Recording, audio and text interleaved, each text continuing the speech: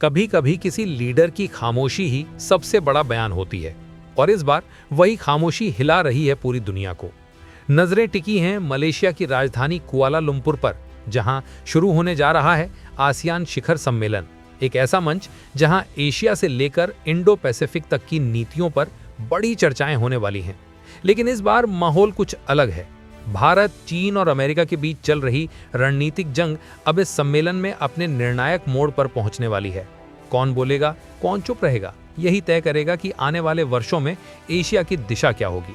लेकिन इस बार सबकी निगाहें सिर्फ एक चीज पर हैं, भारत के फैसले पर, क्योंकि प्रधानमंत्री नरेंद्र मोदी ने अचानक इस सम्मेलन में शामिल न होने का फैसला लिया है।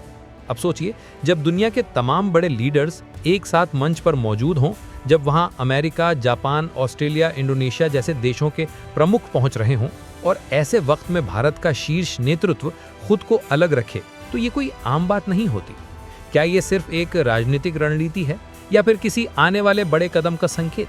दुनिया अब बस इसी खामोशी के जवाब का इंतजार कर रही है, क्योंकि प्रधानमंत्री नरेंद्र मोदी ने अचानक इस सम्मेलन में न जाने का फैसला लिया है।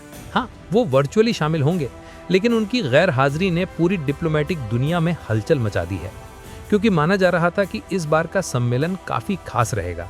कहा जा रहा था कि यहाँ मोदी और अमेरिकी राष्ट्रपति डोनाल्ड ट्रंप आमने सामने मिल सकते थे, और शायद दोनों देशों के रिश्तों में कोई नया मोड़ देखने को मिलता। अब सवाल ये है कि क्या ये केवल एक रणनीतिक दूरी है, या आने वाले किसी बड़े वैश्विक कदम की तैयारी?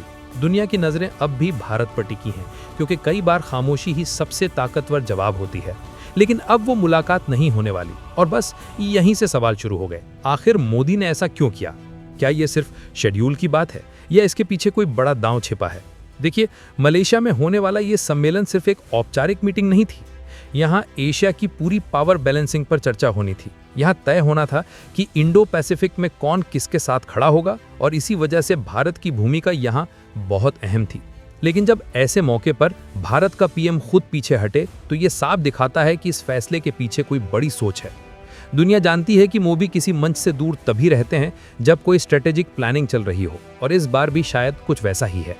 रिपोर्ट्स कहती हैं कि मोदी ने मलेशिया के प्रधानमंत्री अनवर इब्राहिम से फोन पर बात की, उन्हें सम्मेलन के लिए बधाई दी और शुभकामनाएं भी दी। लेकिन उस बातचीत में जो टोन था वो काफी फॉर्मल था, जैसे बस शब्दों से नहीं बल्कि इशारों में बहुत कुछ कहा गया हो कि भारत अब अपने कदम बहुत सोच समझकर उठा रहा है। अब यहाँ सवाल ये उठता है कि क्या मोदी का ये फैसला घरेलू राजनीति से जुड़ा है, या फिर किसी बड़ी इंटरनेशनल चाल का हिस्सा? विदेश मंत्रालय ने कुछ नहीं कहा, लेकिन जो संकेत मिल रहे हैं वो बताते हैं कि ये सिर्फ कैलेंडर की गड़बड़ी नहीं है, ये एक सोचा समझा कूटनीतिक कदम है। पिछले कुछ महीनों में भारत और अमेरिका के बीच कई मुद्दों पर टकराव देखने को मिला था। रूस से तेल खरीदने पर अमेरिका ने 50% पेनल्टी लगा दी थी। नया ट्रेड एग्रीमेंट जो दोनों देशों के बीच बनने वाला था वो भी अटक गया। अब इन सबके बीच मोदी का इस सम्मेलन से दूरी बनाना यही दिखाता है कि भारत अब किसी दबाव में झुकने वाला नहीं है। भारत की तरफ से विदेश मंत्री एस जयशंकर इस सम्मेलन में हिस्सा लेंगे, और ये बात सबको पता है कि जयशंकर की डिप्लोमेटिक समझ कितनी तेज है। वो किसी भी मंच पर भारत का पक्ष बेहद मजबूती से रखते हैं। लेकिन फिर भी मोदी की अनुपस्थिति का मतलब सिर्फ इतना नहीं कि भारत का प्रतिनिधित्व कम हो गया, बल्कि इसका मतलब ये है कि भारत अपने हर कदम से दुनिया को एक नया संदेश दे रहा है। कई देशों के लिए मोदी का न जाना एक झटका है, खासकर अमेरिका के लिए, क्योंकि अमेरिका को पूरा भरोसा था कि कुआलालंपुर में ट्रंप और मोदी की मीटिंग होगी, और शायद इससे भारत को उनके पाले में खींचना आसान होगा। लेकिन भारत ने जैसे कहा हो, हम किसी की शर्तों पर नहीं चलेंगे। अब बात थोड़ी अंदर की। अमेरिका लगातार भारत पर दबाव डाल रहा था कि वो रूस से तेल की खरीद कम करे और यूक्रेन संकट में खुलकर अमेरिकी पॉलिसी का साथ दे। लेकिन भारत ने ये साफ कर दिया है कि वो अपने हितों को पहले रखेगा। यही वजह है कि इस बार मोदी ने सीधा जाकर अमेरिकी डिप्लोमेसी को चौंका दिया। असल में इस फैसले के पीछे भारत की एक नई विदेश नीति झलकती है, नो प्रेशर पॉलिसी, यानी किसी का दबाव नहीं, किसी की डिक्टेशन नहीं। भारत अब हर निर्णय अपने तरीके से लेगा, चाहे सामने सुपर पावर अमेरिका ही क्यों ना हो। अमेरिका को उम्मीद थी कि मलेशिया के मंच पर मोदी से ट्रंप की मुलाकात होगी और दोनों देशों के रिश्ते को नई दिशा मिलेगी।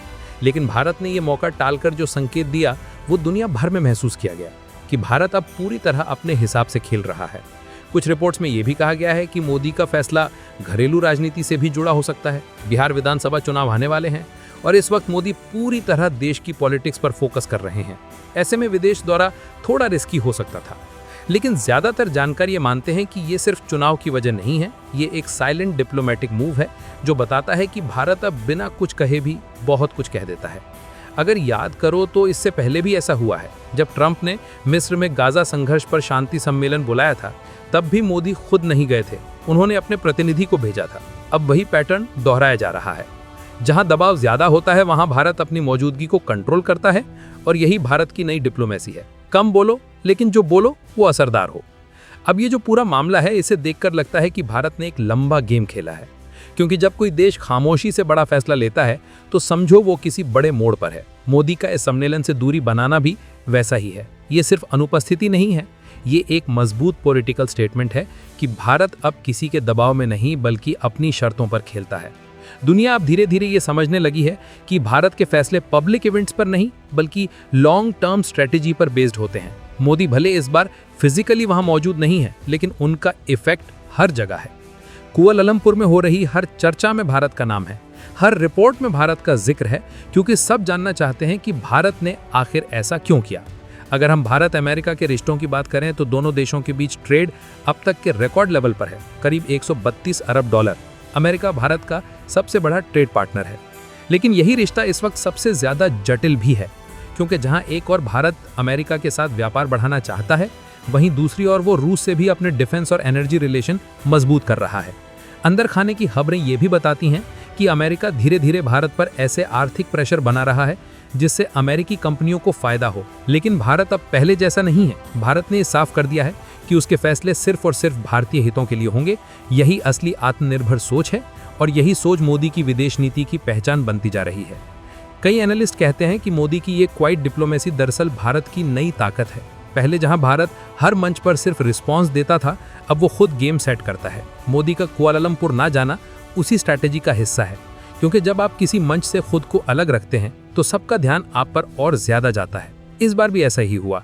सम्मेलन से पहले तक सबका फोकस था कि क्या भारत चीन के खिलाफ कोई स्टेटमेंट देगा, क्या मोदी और ट्रंप की कोई जॉइंट प्रेस कॉन्फ्रेंस होगी। लेकिन अब सारी सुर्खियां सिर्फ एक बात पर हैं, मोदी क्यों नहीं आए। और यही भारत की चाल की सबसे बड़ी सफलता है। अब देखिए, अगर इसे पॉलिटिक्स के नजरिए से देखो तो मोदी का फैसला दो फायदे देता है। एक, घरेलू स्तर पर वो अपने राजनीतिक एजेंडा पर फोकस कर सकते हैं, और दूसरा, इंटरनेशनल लेवल पर उन्होंने अमेरिका और बाकी देशों को एक मैसेज दे दिया है कि भारत अब खुद अपनी राह तय करेगा। यानी ये एक तीर से दो निशाने वाली स्ट्रेटेजी है, और शायद यही वजह है कि इस फैसले को diplomatic silence with a meaning कहा जा रहा है। कभी कभी पीछे हटना भी आगे बढ़ने की चाल होती है, और भारत का यह कदम वैसा ही है। मोदी का मलेशिया न जाना सिर्फ एक यात्रा रद्द होना नहीं है, ये एक डिप्लोमेटिक सिग्नल है कि भारत अब किसी भी ग्लोबल मंच पर अपने हिसाब से कदम बढ़ाएगा, चाहे सामने ट्रंप हो या कोई और। अमेरिका को ये संदेश साफ तौर पर मिल गया है कि भारत अब ना तो किसी गुट का हिस्सा बनेगा और ना किसी की डिक्टेशन मानेगा। जो करना होगा वो अपनी ज़रूरत और अपने नेशनल इंटरेस्ट के हिसाब से करेगा। और शायद यही वजह है कि आज भारत की आवाज़ दुनिया में पहले से कहीं ज़्यादा सुनी जा रही है, क्योंकि अब भारत सिर्फ एक पार्टिसिपेंट नहीं बल्कि एक पावरफुल प्लेयर बन चुका है जो अपने फैसलों से दुनिया का एजेंडा तय कर रहा है। अब बारी आपकी, आपको क्या लगता है, मोदी का ये फैसला सिर्फ राजनीति थी या इसके पीछे कोई बड़ा स्ट्रेटेजिक गेम चल रहा था? नीचे कमेंट में जरूर बताना। वीडियो पसंद आई हो तो वीडियो को लाइक करें, और ऐसी ही और वीडियोस के लिए इस चैनल को सब्सक्राइब करके बेल आइकन को भी ऑन कर लें। जय हिंद, जय भारत।